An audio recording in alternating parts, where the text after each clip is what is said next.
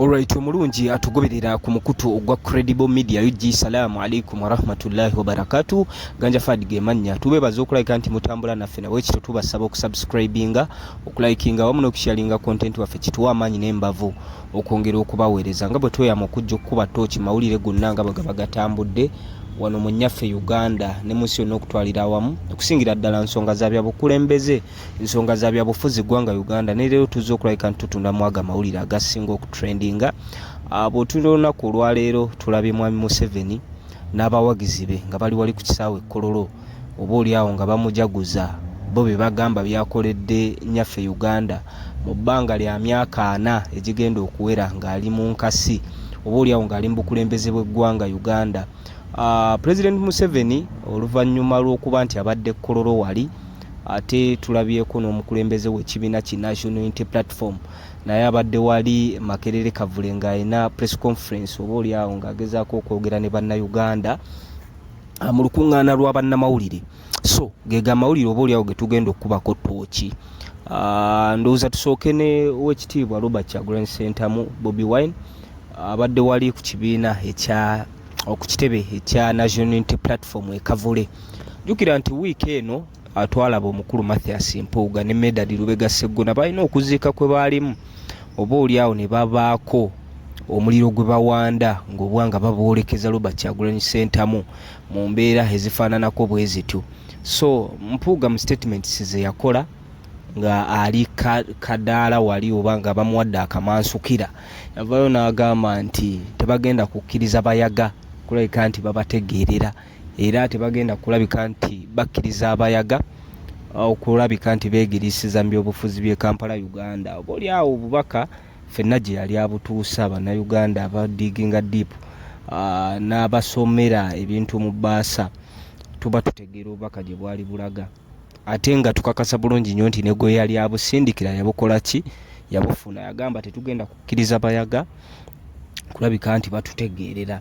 So olunaku olwaleero ng'owekitiibwa Robert Kyagulanyi Ssentamu ali wali Makerere Kavule naye agezezaako okulabika nti addamu oba oliawo omukulu statements ze yakola naye nga akola reaction ye kuzo.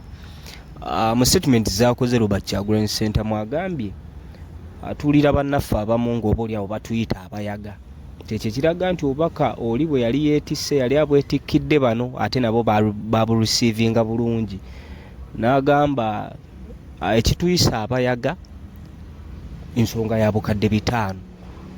Abantu abakulu be twali tuwa ebitiibwa abakubi b'ebikalu babikuba ne babanga kapiso, aboogera enzungu ne zinoga, abatuyita abayaga ssaawa zino twamala kulabika nti tugwa mu bukulupya bwabwe bw'okulabika nti beegabira obukadde 5 nga bakamishona ba parliament oba oliawo nga bakolagana ne sipiika.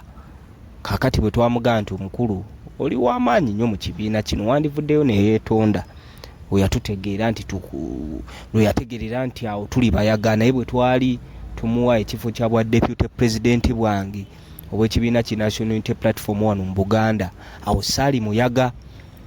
Kyakubiri bwe nali mulonda nga leader of opposition, ekisanja kye yaserving emyaka 2 n'ekitundu mu parliament, era awo saali muyaga. Mu mbeera y'emu nga muwoba kamishona bwa parliament oba oliawo bwe yalemeramu nga twali tusazeewo nga pate alekulire tuteekewo honorable zaake ng'era bwe yamulonda Robert Kyagulanyi Ssentamu bwe namuwoba kamishona, era awo saali muyaga. Wabula bwe twatandika okwogera ku bukulupya oba oliawo ng'ekigendererwa tekyali kya kumuttattana, ekigendererwa kyali kya kutaasa kibiina kyaffe, kuba ekibiina kyaffe ssaawa zino kye kikuta omumuli oba oliawo bannayuganda kye bakkiririzaamu ekivumirira ebikola ebyo byonna, ng'ate era ze core principles zaakyo kwe kitambulira kivumirira obulyako obukenuzi n'obulabba, alina okugabana ensimbi y'omusolo mu ngeri ya bumenyi bw'amateeka, ate ng'eyali akikoze oba yali akyenyigiddemu nga kifaananyi kinene nnyo oba linnya ddene nnyo mu kibiina kya National Unity Platform. Y'ensonga lwaki twavaayo ne tumusaba oba oliawo akole ki, alekulire ekifo ky'obwakamishona. Kyakubiri aveeyo yeetondere bannayuganda, naye kaakati ensonyi oba oliawo bazijja mu busungu. So mu mbeera ezifaananako bwe zityo Robert Kyagulanyi Ssentamu agezeza kukola reply ku bakulu bano. Twalabira ddala obusungu buviira ddala ku Gumba oluvannyuma lwa Sagizo okubalukawo nga bakulu bano ba Bedi Bwanika abagezaako okulabika nti batembeeta omukulu Mathias Mpuuga mu kikola kye yakola. Bayongera okunyiiga abakulu nga Bamedali Lubega Sseggona bavuddeyo nga boogera ebigambo ebizito biti n'okudifendinga munnaabwe ng'ate ebbanga lyonna be babadde balabikiramu ekifaananyi ky'opposition ng'era bannayuganda be balinamu ssuubi naye ebikolwa byabwe bitandise okweyoleka nga balinga abataali ku mulamwa mu mbeera ezifaananako bwe zityo. So oyo ow'ekitiibwa Robert Kyagulanyi Ssentamu yabadde wali Makerere Kavule ng'agezaako okulabika nti akola press conference n'okwogerako eri bannayuganda mu mbeera ez'enjawulo na butya ebyobufuzi bwabiraba na butya bwe balina okugenda mu maaso okweggyako obufuzi obwannakyemalira ng'abali mu nkyukakyuka bwe bakola ki bwe babulaba mu mbeera ezifaananako bwe zityo. So kikyo kibadde Makerere Kavule. Kakati eyo bwe tuvaayo ne tuddako embeera nga bwebadde wali e Kololo.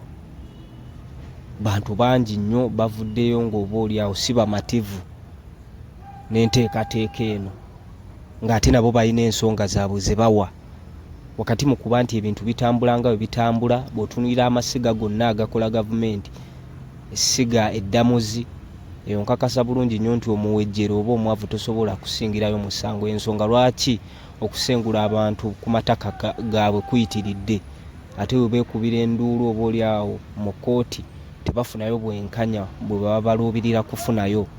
Bwe tugendako mu ssiga eddala erya ssetteeserezo w'eggwanga oba paaliyamenti y'eggwanga ebiriyo tubiraba. Abakulu kati tebakyalina nsonyi, obuli bw'enguzi ne bubbi babwerangira kyere nti gwe tewabba zino, gwe tewakola zino, gwe tewakyaliwo wadde n'akafa nsonyi n'okukwekerera.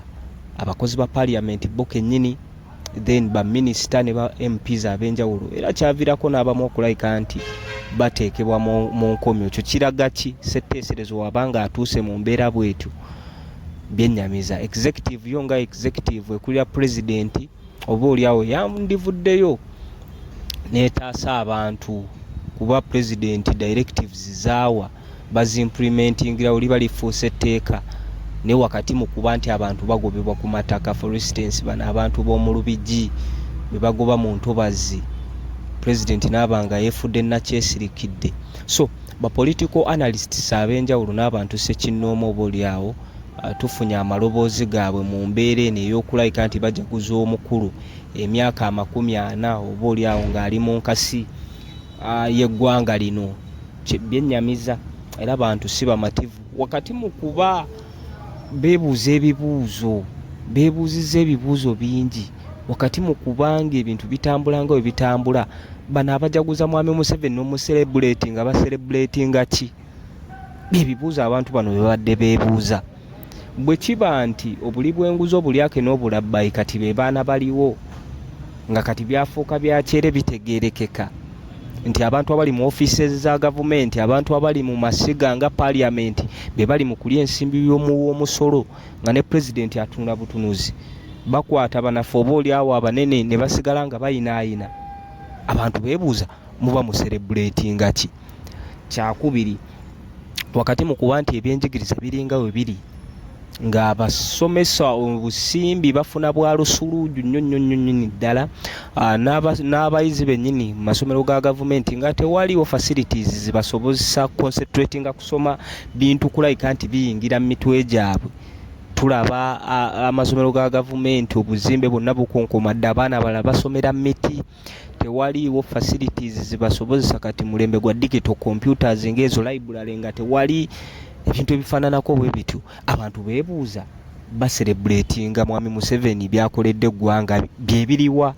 Bwe kiba nti enguudo nga n'obubenje bweyongedde lwa nguudo mbi ng'ekisinga n'okwennyamiza ne wano wennyini mu Kampala ne mu Kampala Metropolitan enguudo ziringa bwe ziri. Bw'otunula ekiri Salama Road, bw'otunula wano Sapolo Kaggwa mu mutima gw'eggwanga Kampala, kyennyamiza. Abantu beebuuza baserebuleetinga biki? Bwe kiba nti agriculture sector gye tugamba nti ye backbone ya ekonomi y'eggwanga ng'abantu abali mu byobulimi tebabaakingiddwa, tebaweereddwa ensigo nandokwa, kulabika nti oba oli awo ebintu bitambula bulungi, nga n'abagezezaako okwerwanako akatale tebakabakoledde. Abantu beebuuza, bano abagenza okucelebratinga Mwami Museveni bakoledde eggwanga bacelebratinga ki?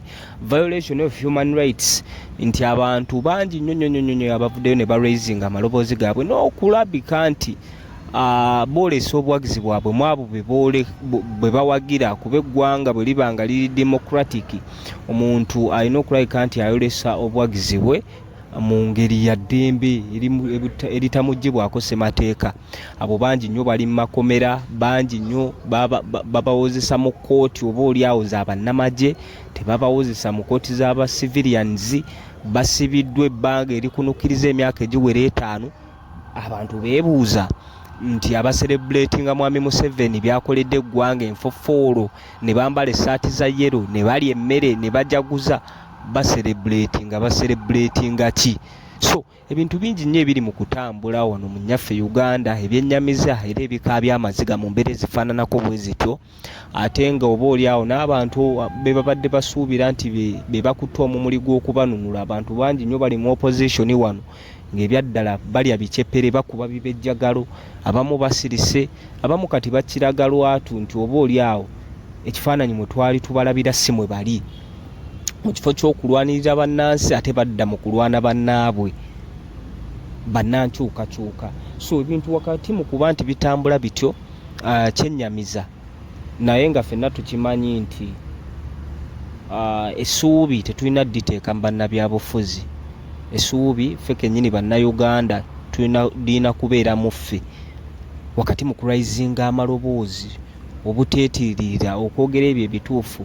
Ffenna oba oli awo tulina ensi ze twegomba, abamu nga we buli kati bagenda okubayo ekyeyo baganda baffe, mikwano gyaffe, abalala oba oli awo baagala kulivinga eyo obulamu bwabwe bwonna. N'ezo ensi munna ze mwegomba, n'okuba nti saawa zino abantu bakulumulukuka olw'ebbula ly'emirimu, n'abalala bagenda okuseekinga for asylum olwa political environment etali nnungi wano mu Uganda. Ensi ezo okuba nti zo zibukadde bwe zito zitereddemu emirembe gyazo n'emirimu, okuba nti bannansi baayo tebayagganga, wafika nawo abagwira gye basobola okujja ne babayambako. Abantu abo tebeetiiririranga, okutuuka awo we batuuse basitukiramu nga bannansi, ne basitula amaloboozi gaabwe ne bagamba nti bannange eggwanga lyaffe tulina ditambuza bwe tuti ne bwe tuti. Bannabyabufuzi fe abalina okulabika nti oba oli awo eddoboozi lyaffe baliwulira, wakati mu kuba nti baliwulira bituba tuyayanira otutuukako ne babimplementinga. Ezo ensi bannansi tebeetiririra. Kati bw'otunira eggwanga nga Kenya wano n'ebiriyo ssaawa zino, Kenya bw'ogiteeka ku minzaani oba oli awo ezitowa okusinga Uganda mu aspects zonna, mu bantu okubeera mu mbeera ennungi, Kenya ezitowerera ddala. Naye bwe kiba nti bannansi b'e Kenya bakyasobola ositula amaloboozi gaabwe ne bagamba naye ebintu tebitambula bulungi wano mu Uganda, ne mufuuka bakyesirikidde, ng'ate oba oli awo bali yaddeyaddeko, kiba kyennyamiza. Y'ensonga lwaki bannakenya abo ebintu bitambula yaddeyaddeko, naye era basigala bakola ki? Basigala basitula amaloboozi nti tebaagala kiri yaddeyaddeko, baagala kirungi ddala. Kakati ate bannayuganda abalondoola ensonga z'e Kenya nga bwe zitambula nga ffe tuzze tugyesiimisa, naye bo ne basigala nga oba oli awo ebintu byonna bye balaba nga tebitambula bulungi bibakakatako, nga tebeeyawuddeemu myaka, kuba kino kyakulembeddwa, ekibaddeyo kyakulembeddwa bavubuka. Naye wakati mu kuba nti kyakulembeddwa bavubuka n'ab'emyaka oba oli awo gisuumuuseemu ku baabeegasseeko ku lw'okutwala eggwanga lyabwe mu maaso. Naye ebikolebwa wano, buli bw'enguzi, obulyake n'obulabbayo, obubbi, ebintu byonna nga sectors zonna zaafa, bannayuganda bo oba oli awo ebintu babirabanga bwe babiraba tebeefiirayo. So ebintu bwe bityo bwe bitambula mu ggwanga, naye eggwanga lyaffe liba lyakutereera. Ekyamazima embeera gye tulimu gye bayita ey'okuba nti tuli mu stagnant state oba state of kwagamaya, mbeera ng'omuntu talaba kiddako, tuli mu mbeera ya bunzibiridde. Naye mu kwejja mu mbeera ey'obwa bunzibiridde, bannayuganda mmwe kennyini mwe balina okusitula amaloboozi emugaa nti ekimala eggwanga lyaffe twagala ditambuza bwetti ne bwetti nga temutunuulidde n'abannabyabufuzi kuba nabyabufuzi gwe omulaba kungulu wabula tomumanyi kiri mu mutima gwe munda okitegeera naye ate ebikunyigiriza bikunyiganga gwe n'abafamireyo kitegeeza yo okwogerera mulimu mulungi naye ate okuexpressinga obulumi bwo nga naawe ositula eddoboozi n'okuteekenga action kyekisinga. So amawulire bwe gatyo bwe gatambula wano mu nnyaffe Uganda naye nga tubeebaza okulabika nti mutambula naffe. Tubasaba okusubscribinga, okulayikinga wamu n'okusharinga content waffe kituwe amaanyi okwongera okubaweereza n'okubatuusako information n'okuba torch ebintu nga ebitambula. Nawe mu comment section oba osobola okuteekamu endowooza yo ku bintu nga bwe tubiraba. Ganja Fadi ge manya Credible Media yujjigwe mukutu. Salamu alaikum wa rahmatullahi wa barakatuh.